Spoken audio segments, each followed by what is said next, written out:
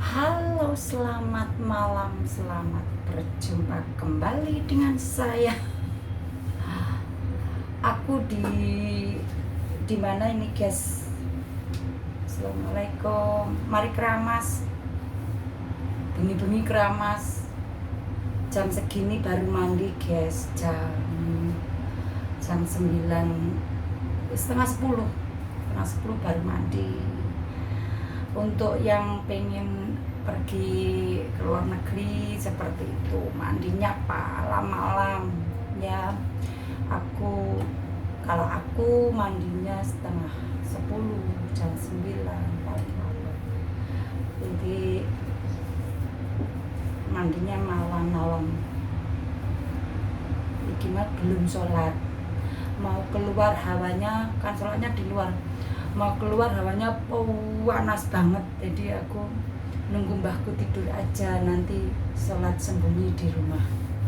Ada tempat persembunyianku kalau malam untuk sholat gitu. Gimana kabar kalian di mana, untuk Cece yang di Taiwan? Gimana, sehat selalu, sukses, lancar kerjanya? Semoga tetap jaya meruna ya untuk Taiwan.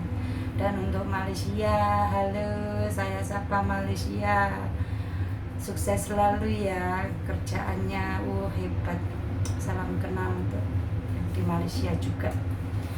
Dan untuk Mas Arinya, sukses selalu.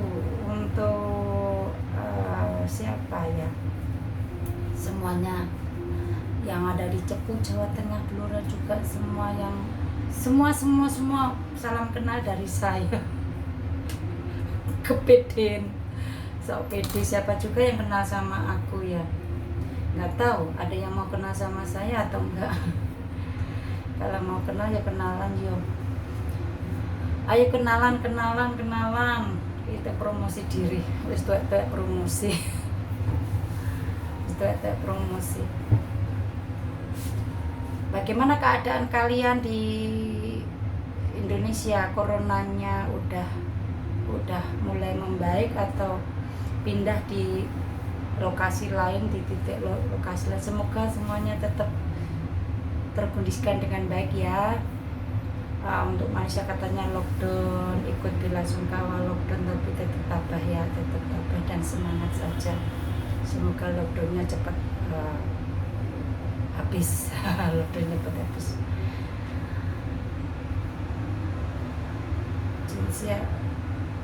Siapapun yang mau melewati channel aku, tolong dilihat ya. Dilihat, dihampiri, dilihat, terus disupport, terus dikasih support, terus diajarin bagaimana lebih baiknya. Gitu ya. Ini kalau kerja di Hongkong tuh kayak gini, siapa yang pengen kesini juga nggak apa-apa. Hongkong nyari kerja kan sulit kalau di Indonesia ya, di Hongkong juga nggak apa-apa, walaupun musik WC sih, penting kan halal, walaupun musik WC kan halal. Dan yang pasti kalau kerja di Hongkong, mungkin dimanapun lain-lainnya juga merantau, itu pasti kita akan mendapatkan ilmu yang mungkin waktu di Indonesia ada tapi nggak sempat kita raih, nggak sempat kita dapat gitu, banyak sekali. Jadi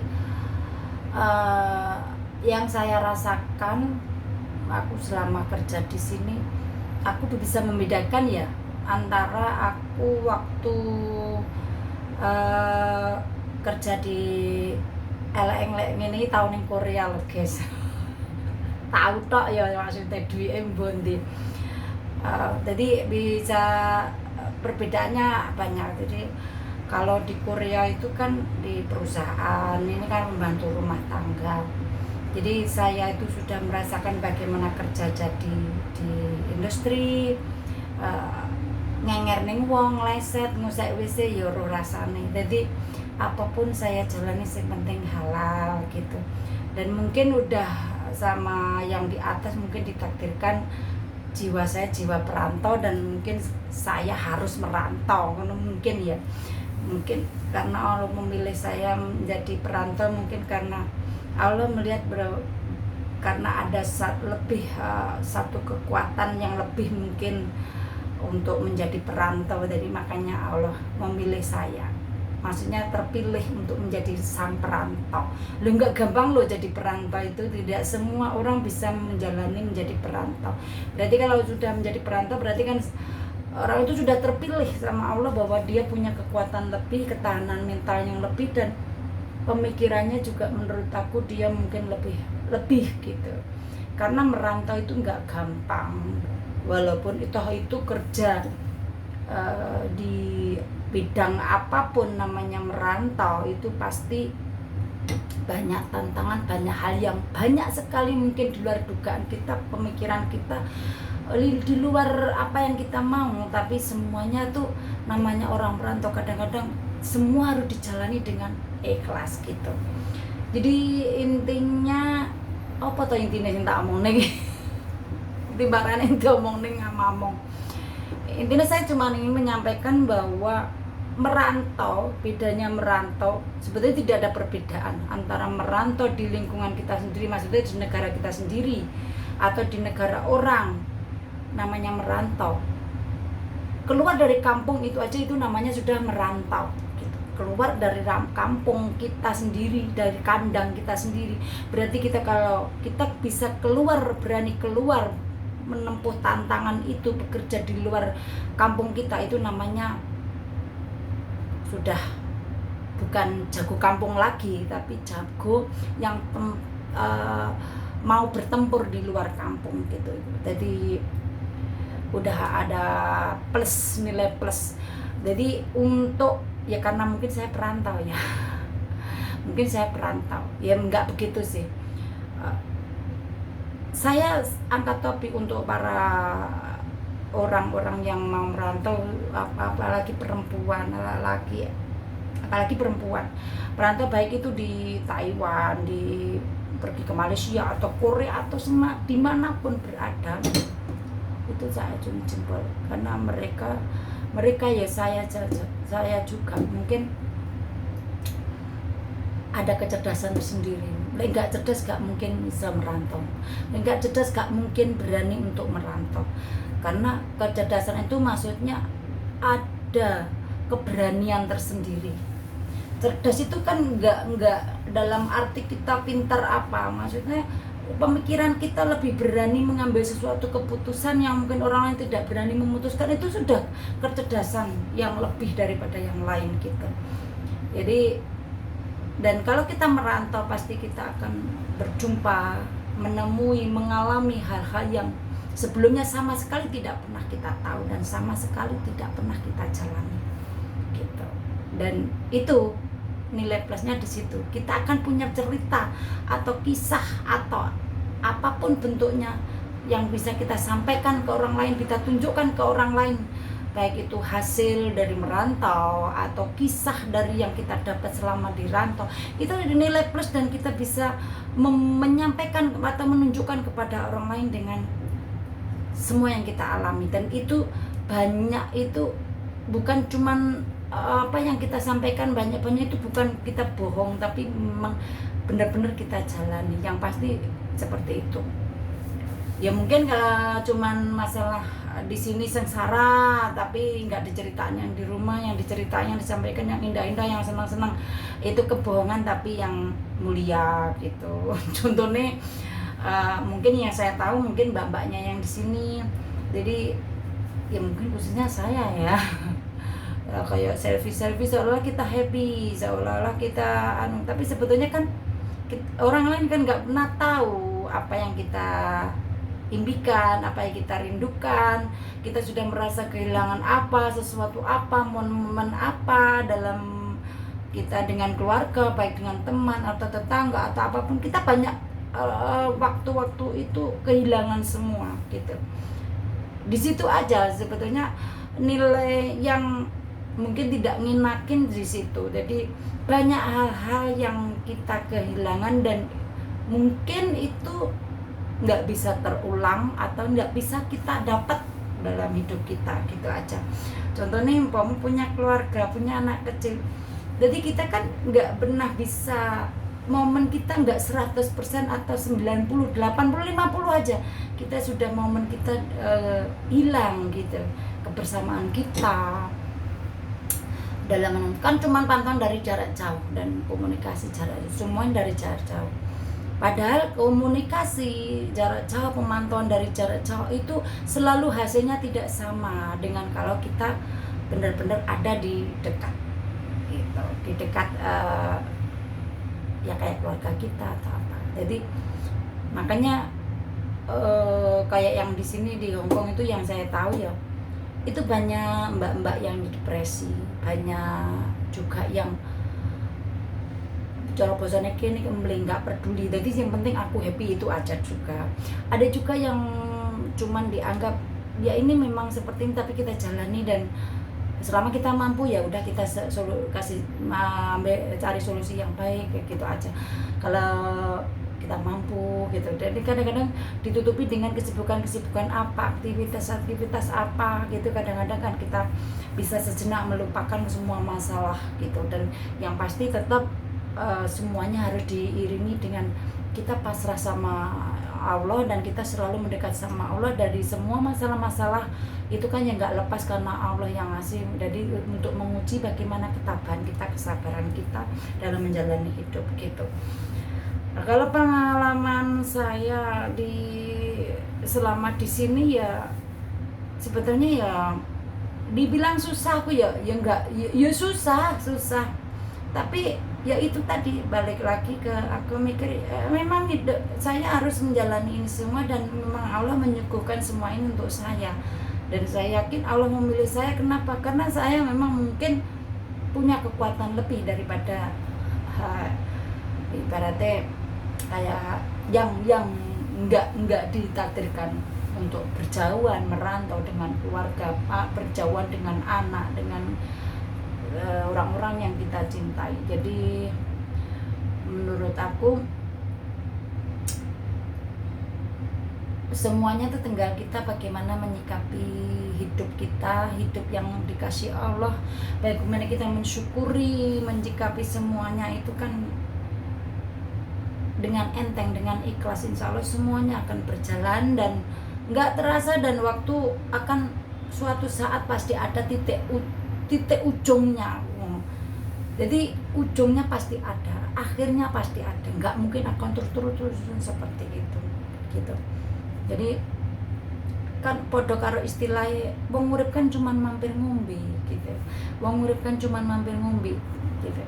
Jadi kita nggak usah terlalu berat gitu, nggak usah terlalu berat memikirkan bagaimana permasalahan hidup ini nggak usah dianggap berat gitu.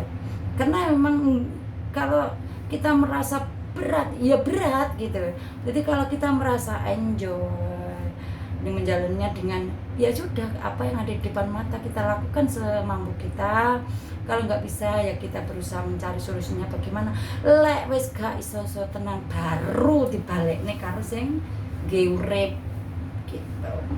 Mungkin aku ngomong gini karena apa, pengalaman saya kan ya nggak muna. Aku tuh kan yo ibaratnya kan mungkin ya bukan cuma saya, semua manusia itu kan pasti punya masalah dan punya problem yang kadang-kadang sangat menyakitkan gitu loh. Tapi kan problem itu kalau kita bawa ke rasa sakit ya sakit, kalau problem itu kita bawa menyenangkan, indah, karena itu kenikmatan di mana kesempatan Allah memberikan dan menguji kita, ketabahan kita, kesabaran kita menjalani hidup ini, dan ketaatan kita sama Allah. Sebetulnya titik bayang di situ.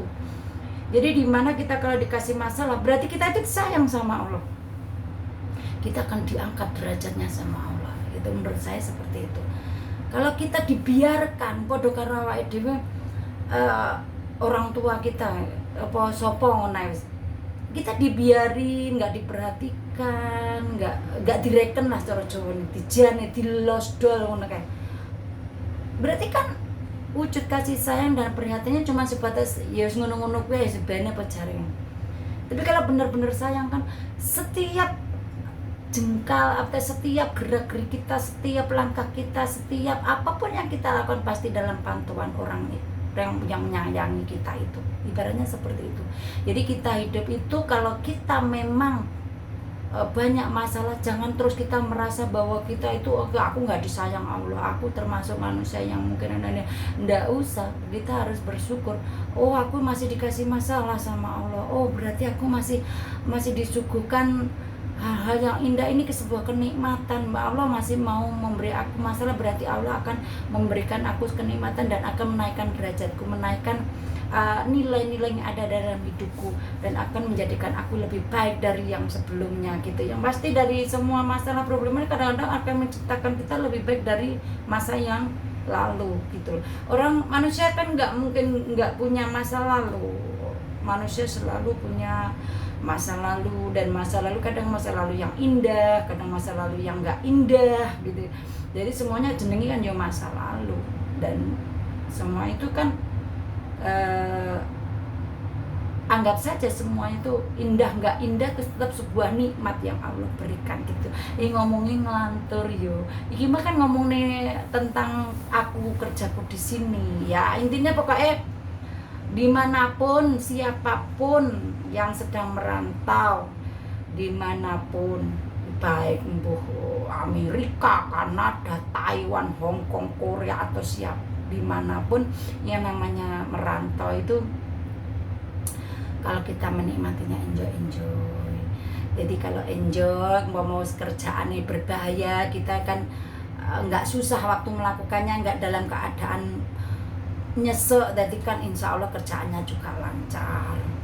Mau koyo aku kerja ning kene, majikane gak penak, aku rasa ya kan kita harus berusaha bagaimana agar menarik simpati majikane gitu. Aku pun waktu pertama di Hongkong juga nemu majikan gak enak, tapi kan sampai 1 tahun mudun 20 kilo dulu yang pertama di Hongkong, karena kan nggak pernah ikut orang.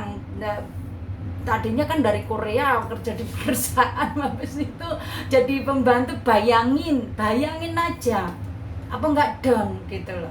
Dulu pernah merantau tapi kan di Korea, di pabrik, di perusahaan lah. Setelah itu ke Hongkong langsung jadi penanti yang dituteng-tuteng, dibentak-bentak, udah bahasanya nggak paham, cara masak gak ngerti, semuanya belajar semua nggak ngerti PT, karena aku kesini calling bisa dulu guys ya.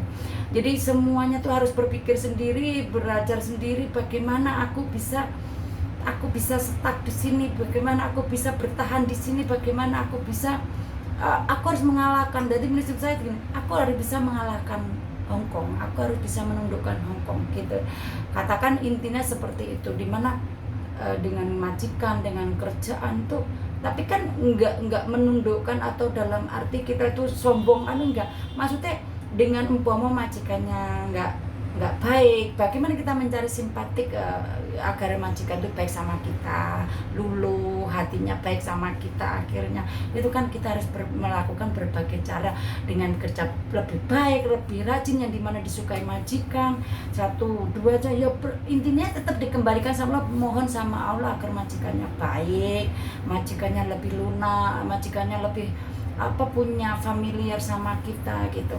Nyatanya kan kalau kita minta doa terus seperti itu, dan kita dalam sambil berdoa sama Allah, kita juga melakukan hal-hal yang lebih cerdas lagi. Insya Allah semuanya tuh akan terwujud. Nyatanya contohnya aku dulu nggak ini terus seperti itu, akhirnya dipertahankan, nggak boleh keluar, tapi kan aku waktu itu pengen pulang, jadi aku ganti majikan. Terus nyatanya kan di sini ini insya Allah alhamdulillah dapat lebih baik dari yang sebelumnya gitu. Jadi intinya inilah sekilas pengalaman saya yang di sini. Kalau masalah kayak yang di Taiwan, dimanapun yang pasti mungkin sama, walaupun mungkin kerja di pembantu rumah tangga atau di perusahaan atau di apa itu namanya, kalau namanya kayak PKI kan tetap ada majikan, ada tuan, ada bos lah kita. Jadi di situ kan kita bagaimana bisa menarik simpati bos atau majikan atau pimpinan kerja atau apapun bentuknya, bagaimana kita kan kita juga menunjukkan potensi yang ada dari kita yang lebih baik, baru kita akan mendapatkan simpati juga dari si majikan. Ngono masih babu ya ngono, babu ya bagaimana mencari simpati majikan, ya kita harus bekerja lebih baik, bekerja lebih rajin. Maksudnya pekerjaan melakukan pekerjaan itu yang sekiranya disukai majikan. Di perusahaan pun seperti itu. Dulu aku waktu di Korea juga seperti itu. Waktu kerja di Korea aku mbahku ki nyapa to kok rene. Mau taiseng ngono. 唔係，要講10分鐘咗，你哋聽講下， Hah? 要講10分鐘。 Alah to. Terus mari ngono apa jenenge? 台灣店，台灣店，真正買得到，今年來呀，冇新日本，冇新日本，日本嘅店全部都有。 Wis gagal lek ku omong ki makeh ki mau.